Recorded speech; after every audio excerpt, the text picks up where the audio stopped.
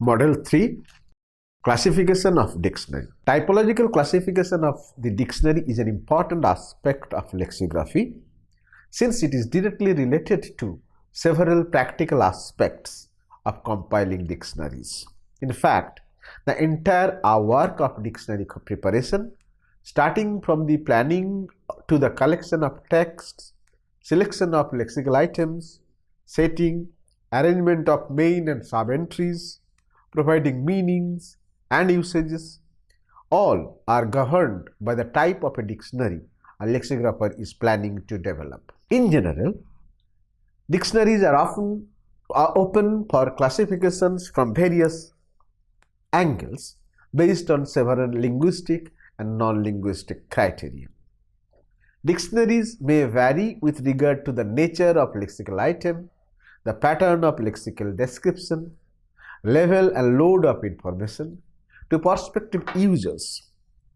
Adopting and modifying the criteria proposed by Malkiel in 1967, we can classify dictionaries in the following manners.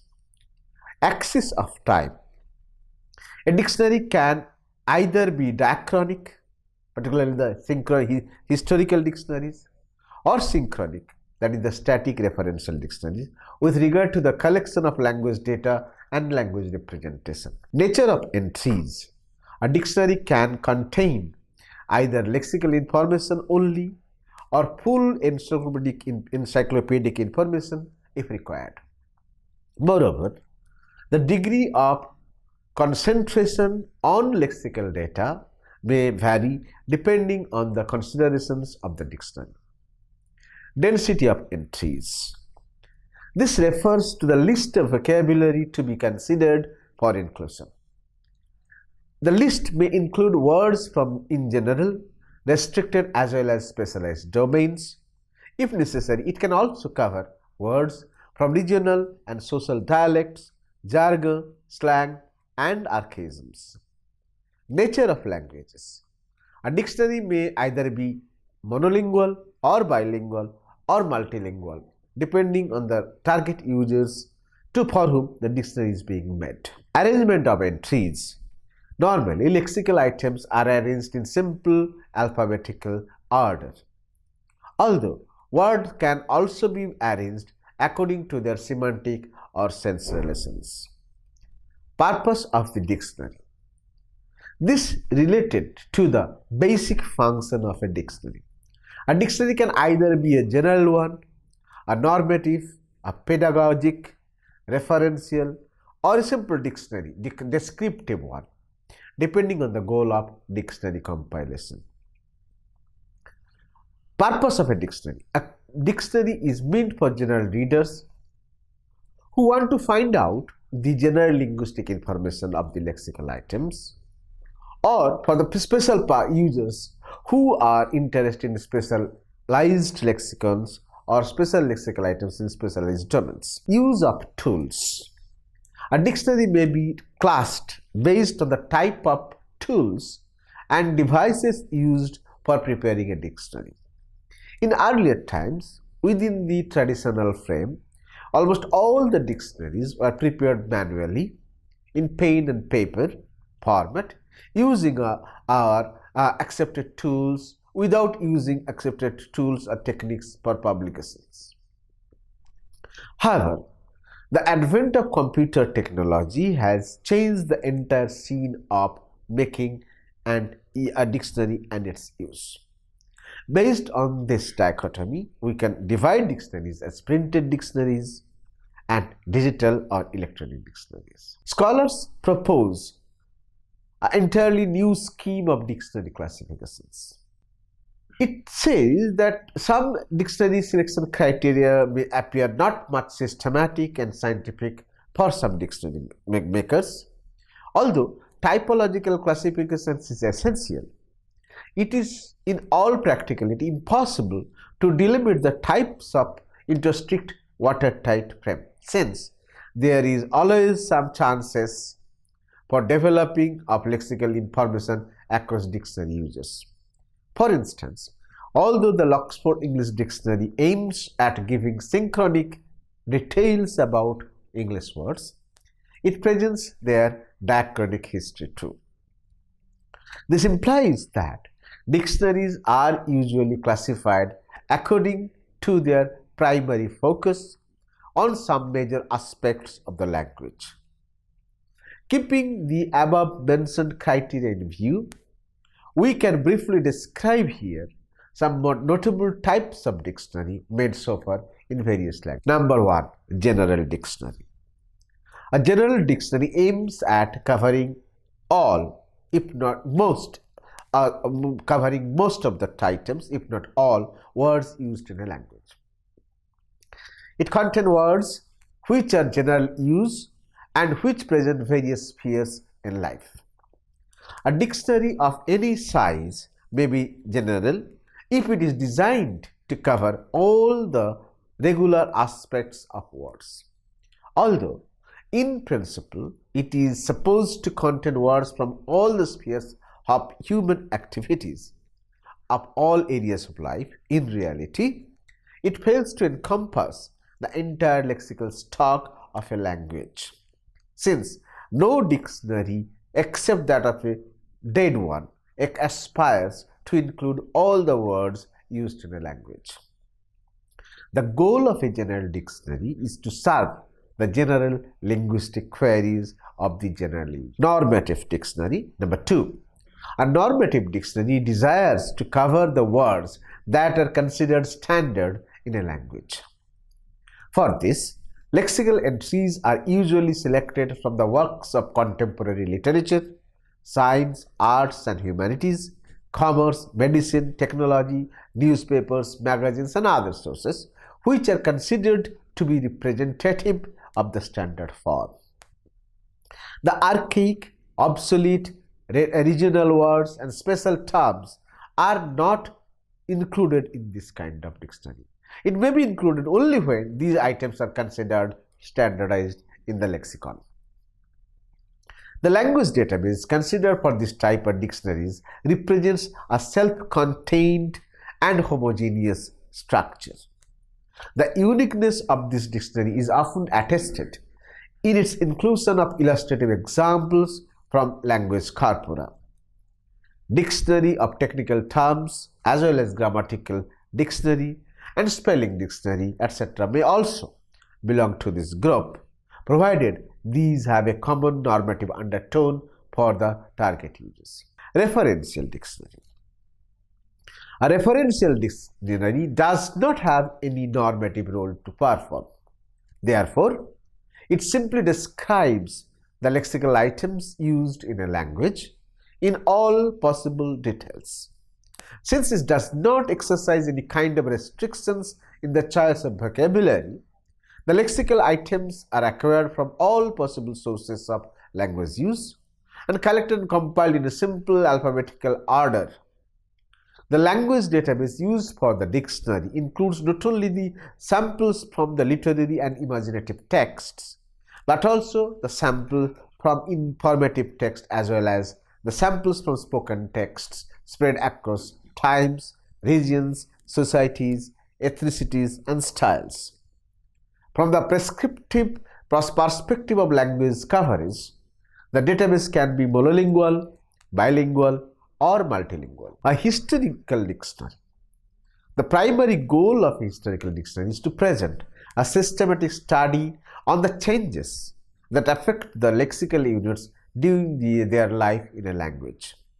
In order to reflect on the changes in the structure and meaning of words, it explores the earliest available resources to trace their first occurrence and meaning. Also, it categorically records the history of the chronological development of the words in subsequent stages of language change and modification. In order to achieve its goal, it accesses systematically all the available linguistic, sometimes non-linguistic or extra-linguistic resources. Also, it needs to explore varieties of occurrences of lexical units in different contexts, which are needed to be analyzed and compared to trace different senses, and finer semantic sense of the lexical items. Eventual findings help the dictionary maker to arrange the meanings and sub-meanings in a historical and chronological order, along with the traces of change in the forms of the lexical units. However, various constraints such as large amount of lexical load of a language as well as the transient nature of the lexical meanings often put dictionary makers in a real tough situation, while there is a need for recording every minute details of the history of the words. Moreover, archaic as well as obsolete words need to be handled with much care, since these are needed to be described with reference to their origin, growth, and decay. Etymological dictionary attempts to present the origin, form, and usage of the lexical units from etymological perspectives. The words included in this dictionary differ greatly from those of a general dictionary with regard to their present form, etymological meaning, primary usage, and others. Since the primary interest of this dictionary is related to the prehistory of a language, it traces the root of the present words to find out their earliest forms, while it deals with their present forms and functions. To arrive at the present stage, it may need to use comparative methods of lexical reconstruction to obtain the protoforms on the basis of recurring correspondences of forms and meanings among the cognate words found in historical languages. In fact, the information obtained from the etymological analysis of words help to resolve some basic problems of lexicography related to homonymy and polysemy. Also, it helps to solve the problems of semantic opacity of some dubious lexical items. Loanword dictionary. A dictionary of loanwords usually provides a wider coverage to deal with the stock of loanwords found in a dictionary language. While dealing with a loanword, it tries to trace its immediate source of borrowing, the related form available in the source language, as well as its original meaning in the source language. It does not hesitate to mention the name of the intermediate languages and the cognate forms if the process of lexical meaning borrowings is found to be mediated through another language. For this reason, a dictionary of loanwords at certain times is put within the class of etymological dictionary, because while giving information about the source of a loanword, it provides some clues about its etymological history. Encyclopedic dictionary. An encyclopedic dictionary in principle presents both linguistic as well as encyclopedic information of the headwords included in it. While linguistic information includes the list of linguistic features related to pronunciation, spelling, definitional meaning, etymology, grammatical information, usage, illustration, etc., encyclopedic information covers information related to other branches of human knowledge. That means, functionally, it is a dictionary that tries to keep a balance between an encyclopedia and a general dictionary. It thus combines the functions special to a general dictionary and the functions unique to an encyclopedia, both in amount and manner of presentation of information. This method becomes very useful to the users because while dictionary definition helps the users to determine the basic concept of a word, the encyclopedic information provides him necessary resources to know the word in more details within the frame of extra linguistic knowledge base. A learner dictionary. A learner's dictionary, although it is made for learners, is used by others for various other purposes. Its primary function is to help the learners in the process of learning a language, either the first language or the second language. Based on the basis of class of language learners, it is presumably classified into two broad types: the dictionary for native language learners and the dictionary for foreign language learners. A dictionary for native speakers, which takes into account the typical problems and needs of the native language learners, might not be equally beneficial for the adult foreign language learners, who might not have severe difficulties to deal with many common and simple words, which will hardly pose any problem to the native language learners because they have already acquired their inherent competence over the language. A learner's dictionary differs from other dictionaries in its scope and nature of the information provided for each lexical item. The vocabulary of a learner's dictionary is limited, since the selection of vocabulary items is done very carefully on the basis of different scientific principles. Moreover, the emphasis is not on all the possible meanings of lexical units, but on their functions and usage. Based on the nature of information, it presents semantic, syntactic, and grammatical information. Since it deals with current and common usages of words, obsolete, archaic, and dialectal words are usually ignored. Also, easily predictable derived forms are not included, and variations in spelling and pronunciation are avoided as far as possible. Entries in learner dictionary are selected according to their frequency of use in the language. The primary meaning of the words is given first, followed by their secondary meanings. Also, the number of meanings is restricted to the most important few. Emphasis is always laid on the usage and collocations of the words. Definitions are kept as simple as possible, and familiar words are used to define the unfamiliar entries. Both illustrative examples and pictures are used to ensure a better understanding of the words. Monolingual dictionary. In a monolingual dictionary, all the entry words are along with their definitions and meanings are given in the same language. The term monolingual refers to a language only, one language only, irrespective of the information provided in the dictionary.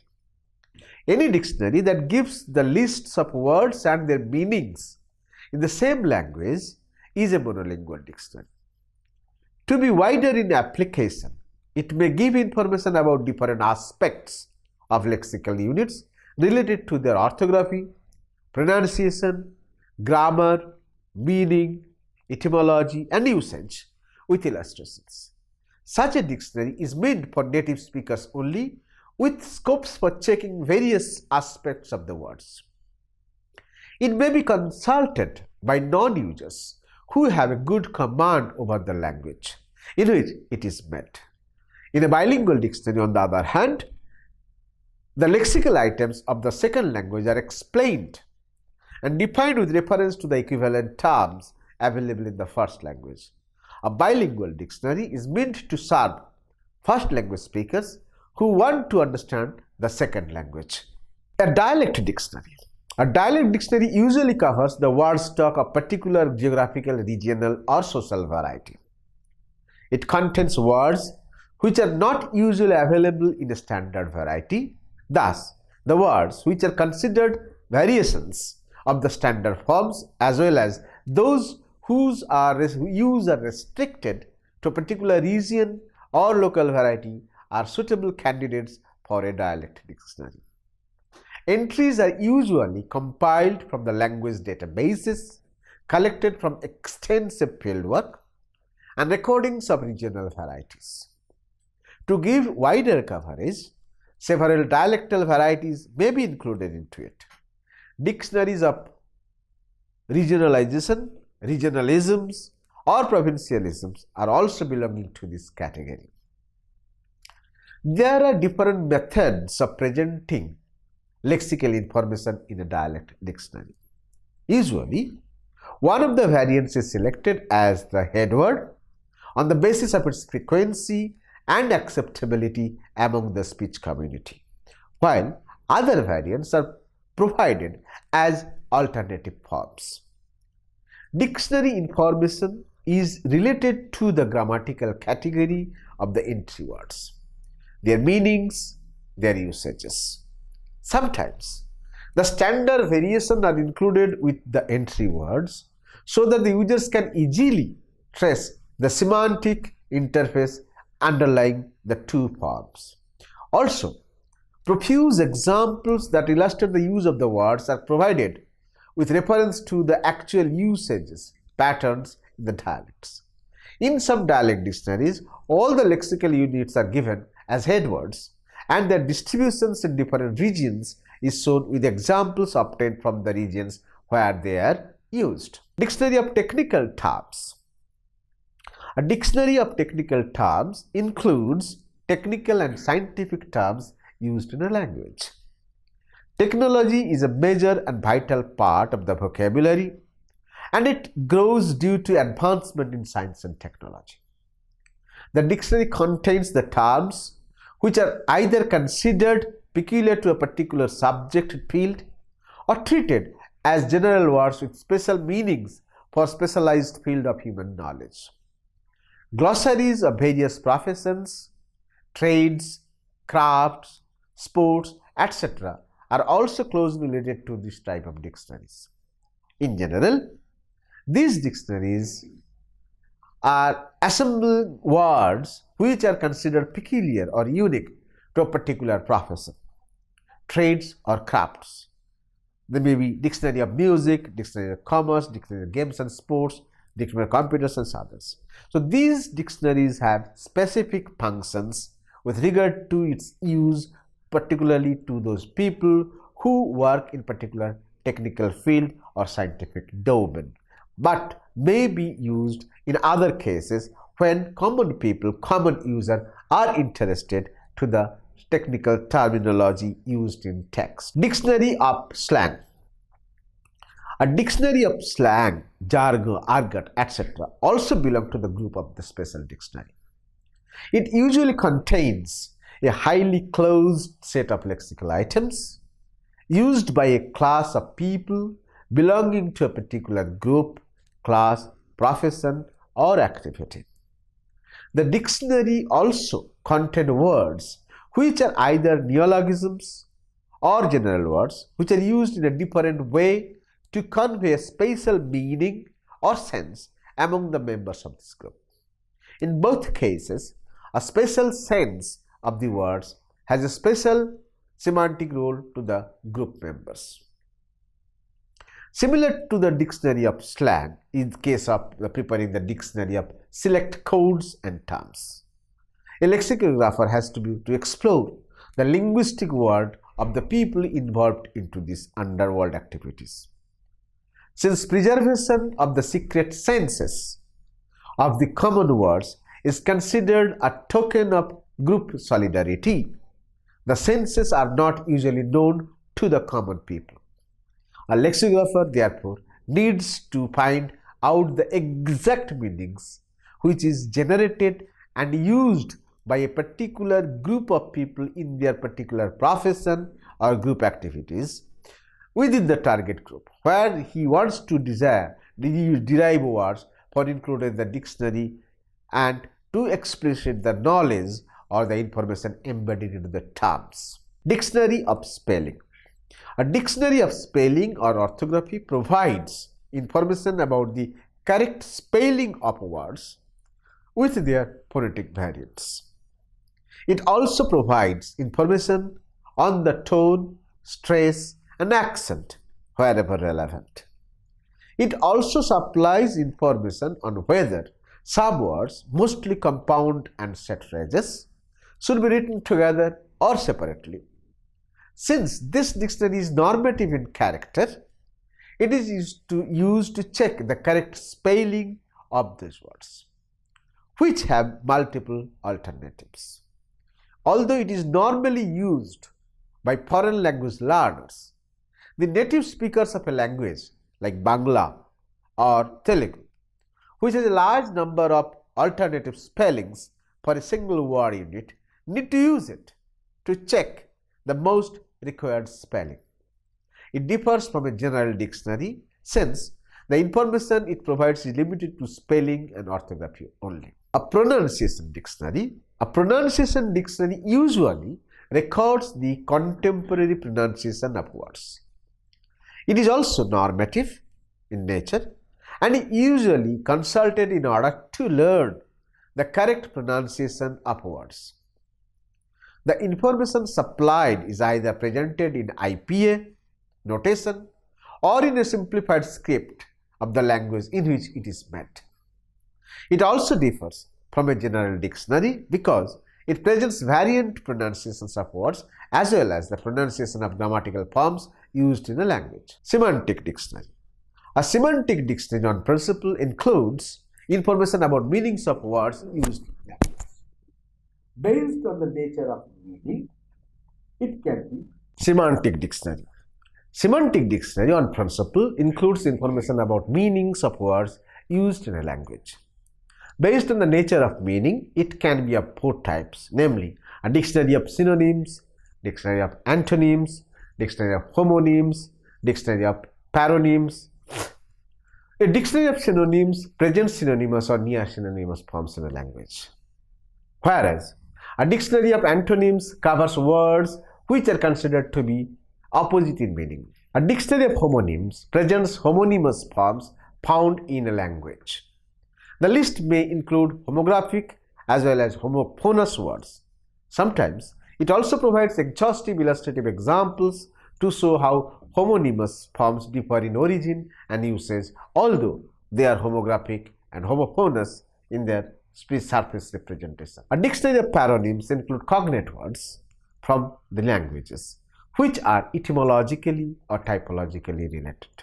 We can also have the dictionary of polysems, where a particular word, all the sense variations of words can be represented. Then we have special dictionaries. There are many types of dictionaries which needs a lot of time to describe. I'll just give you one single sentence type information.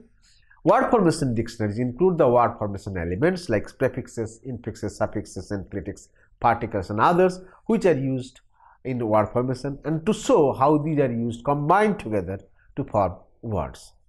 A grammatical dictionary is an essential guidebook for understanding the correct grammatical systems and patterns used in a language.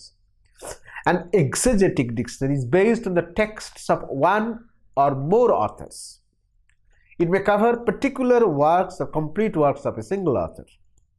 In principle, it contains all the words available in the texts written by a author.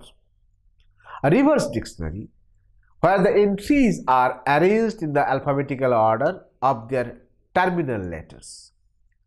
Its other form is known as rhyming dictionary, which is designed as a tool to help poets to compose their verses. A dictionary of abbreviations and acronyms includes abbreviations and acronyms commonly found in a language. It is not a large since the number of words belonging to this type is usually small in a language. A dictionary of frequency is actually a list of the words which are most frequently used in a language. A dictionary of collocation includes common collocations as well as words with the potential of being collocated with the head word. Dictionary of usage gives the guidance how to use words in texts. Similarly, dictionary of neologism presents new words introduced in a language as well as novel meanings acquired by some old words. It provides good material for revising another dictionaries. The appendices in more dictionaries are also of this type. So we get some ideas about different types of dictionaries available or can be made in a particular language. There are other types which can be discussed in subsequent modules. Thank you.